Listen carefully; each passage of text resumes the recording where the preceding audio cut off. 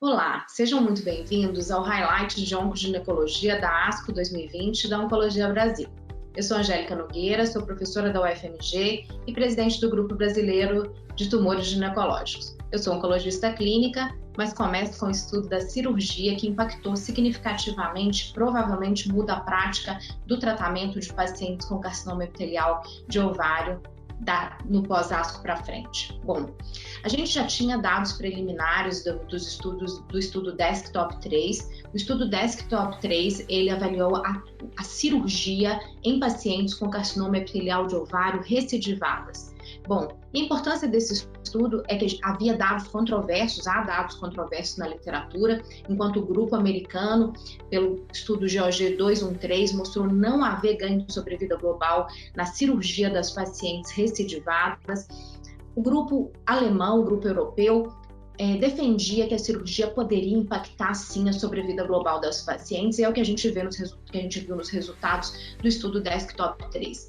Então, o Desktop 3 é um estudo que avalia a cirurgia nas pacientes na primeira recaída do carcinoma epitelial de ovário. Essas pacientes precisavam ser platino-sensíveis, ou seja, mais de 6 meses do último tratamento de platina. E importante, as pacientes tinham que preencher o critério SCORE-AGO. Esse score, eles tinham que ser positivo, as pacientes tinham que ter sido submetidas à ressecção completa lá na primeira cirurgia. As pacientes precisavam de ter menos de 500 ml de ascite nesse momento da recidiva e tinham que ter performance status 0. Preenchido esse critério, então as pacientes eram randomizadas para cirurgia ou para tratamento de quimioterapia direto sem cirurgia. Bom, a gente já tinha os dados de sobrevida livre de progressão e havia sido demonstrado o ganho de sobrevida livre de progressão quando a cirurgia era feita neste momento, e o que a atualização dos dados trouxe nessa ASCO 2020 é que há também ganho de sobrevida global, um ganho de 7,7 meses na sobrevida global, com hazard ratio de 0,75, nada desprezível. Mas muito importante, esse grande ganho aconteceu nas pacientes que tiveram ressecção completa. Então, quando se compara as pacientes que foram à ressecção completa versus as pacientes que foram à ressecção parcial e pacientes que fizeram só quimioterapia direto é melhor do que ressecção parcial, é o que os dados aparentemente apresentam. Então, muito critério na seleção das pacientes para a cirurgia na recidiva. Tem que preencher os critérios propostos aqui, nesse estudo especificamente, foi a GO Score, e além de tudo, a experiência dessa equipe para levar uma paciente a uma cirurgia R0. Diferente disso, a cirurgia não parece ajudar na paciente recidivada.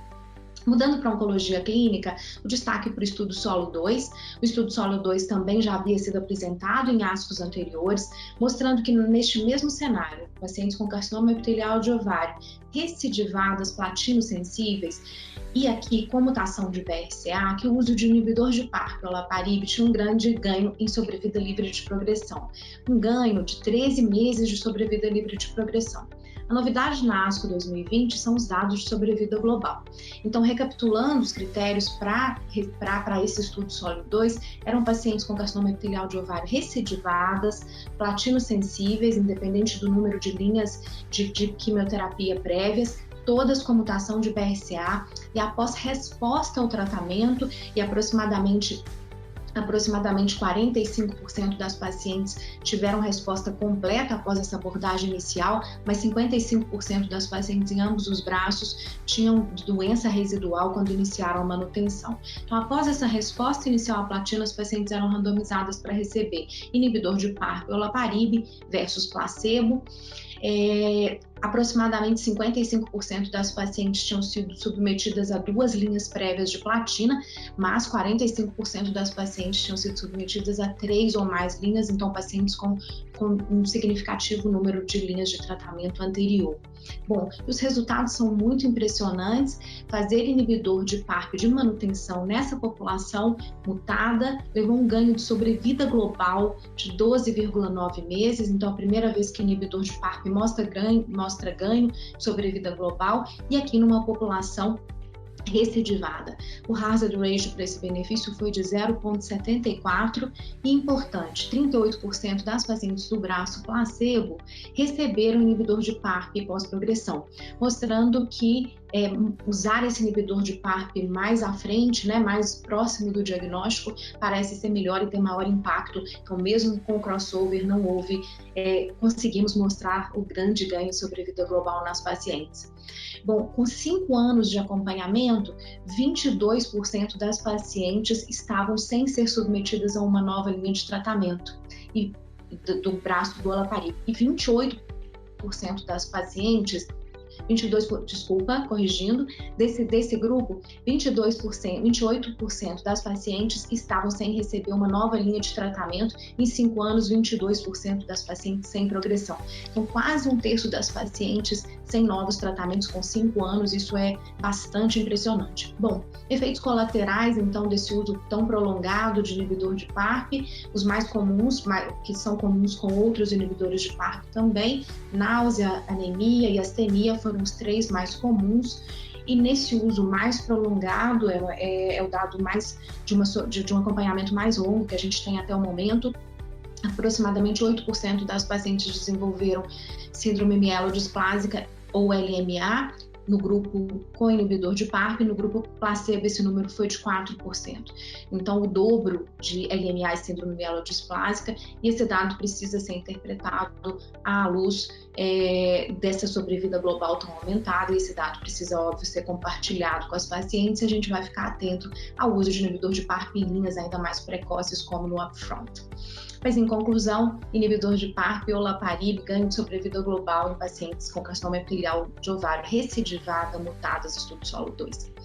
O estudo que a gente esperava muito e que teve resultado negativo, mas também precisa ser interpretado com muita cautela, é a combinação de olaparib e cediranib, então inibidor de angiogênese com inibidor de PARP, e o critério para entrar nesse estudo eram pacientes com carcinoma epitelial de ovário recidivadas, eram pacientes também platino-sensíveis.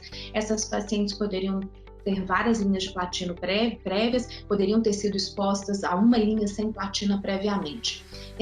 Então, o objetivo principal do estudo era mostrar superioridade de um esquema sem quimioterapia citotóxica. Então, as pacientes, nesse momento de progressão platino-sensível, elas poderiam receber quimioterapia padrão, baseado em platina, comparado ao olaparib puro ou comparado ao olaparib combinado a cediranib. 3 braços e havia poder para avaliar a diferença entre cada um desses braços. Bom, o estudo então objetivava avaliar a superioridade da combinação sem quimioterapia e não foi inferior, mas também não foi superior, daí a conclusão do estudo ser negativo. Todas as pacientes, neste estudo, 25% das pacientes tinham mutação em BRCA, 75% das pacientes não tinham mutação em BRCA. No grupo de pacientes com mutação em BRCA, parece ter um benefício da combinação sobre os 2 outros braços, olaparib puro ou quimioterapia citotóxica. Foi a única análise em que a sobrevida livre de progressão foi superior aos outros braços, então olaparib e cediranib, uma sobrevida livre de progressão superior ao olaparib isolado e quimioterapia, nessa análise de subgrupo apenas de pacientes com mutação de BRCA. Então, a gente precisa explorar um pouquinho mais essa combinação de inibidor de PARP e inibidor de angiogênese e saber como melhor indicar, mas não superior à quimioterapia citotóxica. Para a gente fechar o ovário e partir para as outras doenças, um dado bastante promissor, parece agora que os inibidores de folato vão achar o seu lugar. O mirvetuximab soravtansina, que ficou conhecido como MIRV, é um conjugado anticorpo-droga, então é um anticorpo antirreceptor de folato associado a um quimioterápico citotóxico antitubulina, e os dados que a gente viu nessa ASCO ainda são dados preliminares, é um estudo de fase 2, mas mostrou que em pacientes que têm alta expressão lá imunistoquímica de receptor de folato, mesmo em pacientes platino-resistentes, a taxa de resposta é bastante significativa. Aproximadamente 60% de taxa de resposta dessa droga associada ao inibidor de angiogênese bevacizumab em pacientes com expressão alta de receptor de folato e platino-resistentes. Então, uma excelente perspectiva para esse grupo de pacientes que a gente tem poucas opções. Em câncer do colo do útero, o estudo que mais brilhou foi o estudo STARS. O estudo STARS, ele tenta responder uma pergunta muito importante do câncer do colo do útero, que é o uso de quimioterapia na doença inicial. Então, pacientes operadas, estágio 1B1 até 2A, e aqui ele colocou no mesmo grupo, onde poderiam ser incluídas pacientes com risco intermediário de Sedlers ou alto risco de Peters. Isso não foi separado, todas as pacientes poderiam ser incluídas, e as pacientes eram randomizadas entre 3 braços de tratamento: radioterapia exclusiva, tratamento concomitante de radioterapia com quimioterapia cisplatina semanal, o tratamento que ele chamou de sequencial, que é receber carboplatina e paclitaxel, com radioterapia no meio e depois 2 ciclos adicionais de carboplatina e paclitaxel. Bom, então ele queria avaliar qual desses braços era superior, apesar dos autores terem definido como um estudo de fase 3, não foi definido como um braço padrão. Uma crítica ao estudo: nas pacientes que têm risco intermediário de Sedlers, hoje o braço padrão seria o braço de radioterapia exclusiva ainda, porque a gente ainda não tem resultados de ganho com a quimioterapia associada. E nas pacientes com alto risco, paciente com câncer inicial alto risco, critérios de Peters, hoje o padrão é cisplatina, fluorouracil ou cisplatina associada à rádio, o braço que ele chamou de concomitante. Então havia 2 braços que a gente poderia considerar padrão. Bom, uma outra crítica ao estudo é que houve um desbalanço entre as pacientes com linfonodos positivos. No braço de radioterapia, metade das pacientes tinham linfonodos positivos quando operadas, comparado aos 2 braços de tratamento com quimioterapia. Bom, os autores mostraram um aumento de sobrevida livre de progressão no braço que recebeu o tratamento sequencial, que recebeu quimioterapia, radioterapia seguido de químio, comparado aos braços de radioterapia ou o braço de tratamento concomitante. Uma crítica aqui é que na paciente de alto risco, essas pacientes que a gente sabe que tem uma sobrevida global do tratamento concomitante, no tratamento concomitante elas foram igualmente, o desfecho foi igual à rádio isolada, diferente do GOG 109, que é um estudo que mostrou ganho de sobrevida global. Os autores não demonstraram ganho de sobrevida global nesse grupo de pacientes, e o ganho foi de sobrevida livre de progressão. Bom, alguns alertas que a gente faz: esse estudo precisa ser classificado, precisa ser analisado com cautela, visto que ele não segue o desenho clássico de um estudo de fase 3 em que tem um braço padrão, não havia poder para diferenciar o grupo intermediário do alto risco, então ele colocou todo mundo no mesmo grupo e o cálculo estatístico foi para avaliar o grupo como um todo. Eu acho que a gente tem como esperar. A gente pode individualizar discussões com pacientes, mas será fundamental a gente ter os resultados dos estudos do NRG, o antigo GOG, que agora o seu braço de pesquisa é o NRG, que estão avaliando especificamente o acréscimo de quimioterapia no grupo de risco intermediário ou mais quimioterapia nesse grupo de doença inicial, mas com alto risco, que a gente já sabe que a quimio funciona, mas a gente precisa de mais quimioterapia. Então, um estudo positivo, segundo a interpretação dos autores, mas que o seu desenho estatístico merece muita cautela na sua interpretação. Câncer de endométrio, apesar do momento fantástico que a gente está vivendo na doença, a ASCO 2020 trouxe poucas novidades. Chama atenção para o estudo Big Ten, o estudo do grupo Big Ten Cancer Research Consortium, que mostrou que associar pembrolizumab a carboplatina e paclitaxel em câncer de endométrio na primeira linha leva uma taxa de resposta de quase 80%. Foi uma população não estratificada de acordo com a estabilidade de microsatélite. Uma crítica nesse momento é que a gente tem tentado estratificar ao máximo. Nessa linha, foi atualizado também o estudo Keynote 146, nessa ASCO, que é um estudo que avalia a combinação de lenvatinib com pembrolizumab em pacientes com câncer de endométrio.